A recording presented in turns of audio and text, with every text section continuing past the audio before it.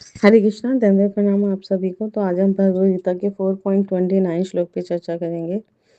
अपाने जुह्वति प्राणम, प्राणे अपानम तथा परे, प्राण अपान गतिरुत्वा प्राणायाम परायणा, अपरे नियता आहारा, प्राणान प्राणेषु जुह्वति।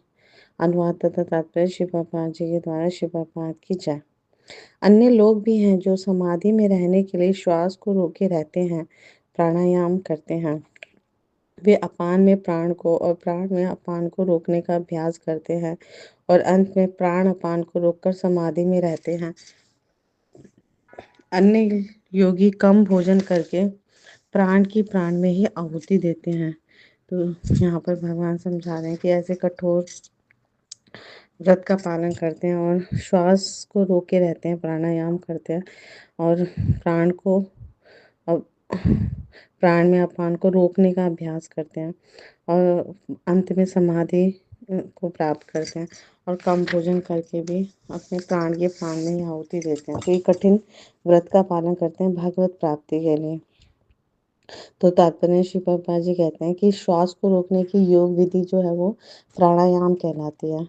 तो शुरू में हठ योग के विविध आसनों की सहायता से इसका अभ्यास किया जाता है। तो हम जब किसी ट्रेनर के अंडर प्राणायाम करते हैं तो हमें समझ आता है, तो इससे हमारा शरीर भी स्वस्थ रहता है। तो सारी विधियां जो है इंद्रियों को वश में करने और आत्म साक्षात्कार की प्रगति के लिए संस्तुत की जाती है हमारे शास्त्रों में। तो इस विधि में शरीर के भीतर वायु को हम रोकते हैं, जिससे वायु की गति की दिशा उलट सके हम। अपान वायु जो है निम्नगामी है, अधोमुखी है, और प्राण वायु जो है वो ऊर्ध्वगामी है, ऊपर की ओर जाती है। तो प्राणायाम में योगी जो है वो विपरीत दिशा में श्वास लेने का तब तक अभ्यास करता है जब तक दोनों वायु है ना सम नहीं हो जाते। तो जब अपान वायु को प्राण वायु में अर्पित कर दिया जाता है तो इसे रेचक कहते हैं। ये पहला स्टेप होता है। जब प्राण तथा अपान वायु को पूर्णतः रोक दिया जाता है तो इसे कुंभक कहते हैं। तो कुंभक योगाभ्यास द्वारा मनुष्य आत्म सिद्धि के लिए जीवन अवधि बढ़ा सकता है। तो बुद्धिमान योगी जो है वो एक ही जीवन काल में सिद्धि प्राप्त करने का इच्छुक होता है। तो वो दूसरे जीवन की प्रतीक्षा नहीं करता, इसलिए वो हर तरह से ये इस तरह से ये योग पद्धति का अभ्यास करता है। तो कुंभक योग के अभ्यासी योगी जीवन की अवधि को अनेक वर्षों के लिए बढ़ा सकता है, किंतु भगवान की दिव्य प्रेम भक्ति में स्थित रहने के कारण कृष्ण भावना भावित मनुष्य स्वतः ही इंद्रियों की नियंता जितेंद्रिय बन जाता है। उसकी जो इंद्रियां होती हैं, एक कृष्ण भक्त की इंद्रियां जो होती हैं वो भगवान श्री कृष्ण की सेवा में तत्पर रहने के कारण किसी अन्य कार्य में प्रवृत्त होने का उसे अवसर ही नहीं मिल पाता है ना। तो इसलिए इसी कारण से उसका जीवन जो है वो अंत में उसे स्वतः ही भगवान श्री कृष्ण के दिव्य पद पर स्थानांतरित कर दिया जाता है। तो वह दीर्घजीवी बनने का प्रयत्न नहीं करता। तो यहाँ पर हमें समझ आता है कि भगवान श्री कृष्ण की भक्ति में जब हम लगेंगे तो हमारी सारी इंद्रियां, हमें अलग से फोर्सफुली या बलपूर्वक उन्हें नियंत्रण करना नहीं पड़ेगा, वो स्वतः नियंत्रित हो जाएंगे और इस जीवन का परम लक्ष्य भी हम प्राप्त कर पाएंगे, है ना। हम शाश्वत धाम में चले जाएंगे और हमें इसके लिए बहुत ज़्यादा जीवन की अवधि की जरूरत नहीं। जब से और है ना, जब से हमें समझ आए ये दिव्य ज्ञान, तभी से हमें भक्ति में अपने आप को संलग्न कर लेना चाहिए। तो वह व्यक्ति जो होता है, भक्त जो होते हैं, वो तुरंत मोक्ष के पद को प्राप्त करते हैं। तो भगवद गीता में 14.26 में भी कहा जाता है, माम च यो अव्यभिचारेण भक्ति योगेन सेवते सगुणान संतीत्य तान ब्रह्मभुआय कल्पते।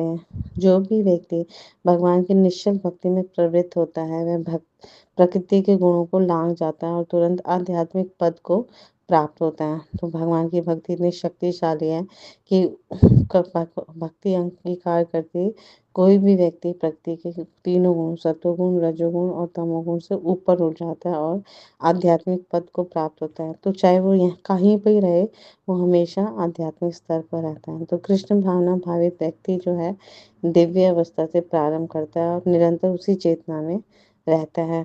तो उसका पतन कभी भी नहीं होता और लास्ट में अंततः वो भगवत धाम चला जाता है। तो भगवान कृष्ण का प्रसादम खाते रहने से कम खाने की आदत अपने आप पड़ जाती है ना।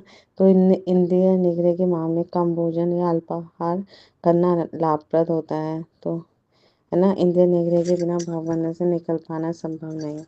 तो सबसे सर्वश्रेष्ठ जो है वो है भगवान की भक्ति को स्वीकार करना, और फिर हमें इसे कठिन तपस्या करने की आवश्यकता भी नहीं रहेगी, और हमारा जीवन जो है वो उसका लक्ष्य को हम सरलता से प्राप्त करेंगे। तो इस अध्याय के 27वें श्लोक में हमने 10 प्रकार के प्राणों का वर्णन किया था।